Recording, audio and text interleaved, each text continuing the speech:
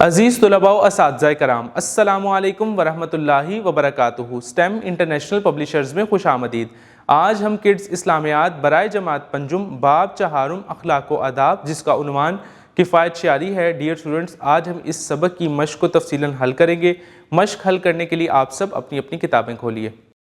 مشق، درست جواب پر دائرہ لگائیں۔ کنجوسی کرنے والے شخص کو کہا جاتا ہے کفایت شعار، بخیل، اعتدال پسند، سخی۔ درست جواب بخیل۔ کفایت شعاری اختیار کرنے والا شخص کبھی نہیں ہوتا خوشحال، رئیس، تنگ دست، مطمئن۔ درست جواب تنگ دست۔ اپنے مال و دولت کو ضرورت کے مطابق خرچ کرنا کہلاتا ہے اسراف، بخل، سخاوت، کفایت شعاری۔ درست جواب کفایت شعاری۔ بخیل کہتے ہیں فضول خرچ کو، اسراف کرنے والے کو، غصہ کرنے والے کو، بخل کرنے والے کو۔ درست جواب بخل کرنے والے کو۔ درست الفاظ کا انتخاب کر کے خالی جگہ پر کریں۔ اسراف خالی جگہ کی ضد ہے۔ درست جواب بخل۔ بخل اور اسراف کے درمیانی راستے کو خالی جگہ کہتے ہیں۔ درست جواب کفایت شعاری۔ کفایت شعار انسان بہت سے خالی جگہ سے محفوظ رہتا ہے۔ درست جواب گناہوں۔ کفایت شعاری سے انسان خالی جگہ کا قرب حاصل کرتا ہے۔ درست جواب اللہ تعالیٰ۔ بہترین کام وہ ہیں جن میں خالی جگہ اختیار کی جائے۔ درست جواب میانہ روی۔ دیے ہوئے سوالات کے مختصر جوابات لکھیں۔ اسراف سے کیا مراد ہے؟ اسراف بخل کی ضد ہے، جس کا مطلب ہے ضرورت سے زیادہ خرچ کرنا۔ دین اسلام اسراف سے بچتے ہوئے میانہ روی اور اعتدال اختیار کرنے کا حکم دیتا ہے۔ کفایت شعاری کا مفہوم لکھیں۔ کفایت شعاری کا مطلب ہے اپنے مال و دولت کو ضرورت کے مطابق خرچ کرنا اور غیر ضروری اخراجات سے گریز کرنا۔ کفایت شعاری ایسی صفت ہے جس کو اپنانے سے کوئی بھی انسان اپنی زندگی بہتر طور پر گزار سکتا ہے۔ خیر الامور اوساطھا کا ترجمہ لکھیں۔ ترجمہ، بہترین کام وہ ہیں جن میں میانہ روی اختیار کی جائے۔ فضول خرچی کے بارے میں قرآن مجید میں کیا حکم آیا ہے؟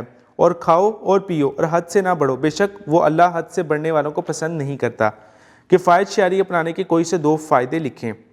کفایت شعار انسان بہت سے گناہوں سے محفوظ رہتا ہے۔ کفایت شعار کو اللہ تعالیٰ کی برکت اور مدد حاصل ہوتی ہے۔ دیے ہوئے سوالات کے تفصیلی جوابات لکھیں۔ قرآن مجید و احادیث نبوی صلی اللہ علیہ وسلم کی روشنی میں کفایت شعاری کی اہمیت تحریر کریں۔ انسانی زندگی میں کفایت شعاری کی بہت زیادہ اہمیت ہے۔ دین اسلام بھی روزمرہ اخراجات میں کفایت شعاری اختیار کرنے کا درس دیتا ہے۔ قرآن مجید میں مومنین کی صفت بیان کی گئی ہے کہ وہ کفایت شعاری اور میانہ روی سے کام لیتے ہیں۔ ترجمہ، اور وہ لوگ جب خرچ کرتے ہیں تو نہ فضول خرچی کرتے ہیں اور نہ کنجوسی کرتے ہیں، اور ان کا خرچ ان دونوں کے درمیان اعتدال پہ ہوتا ہے۔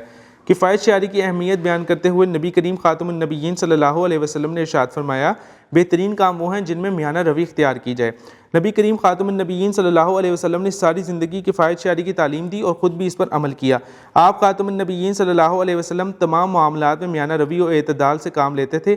آپ خاتم النبیین صلی اللہ علیہ وسلم نے فرمایا جس نے خرچ کرنے میں اعتدال سے کام لیا وہ کبھی محتاج اور تنگ دست نہیں ہوگا۔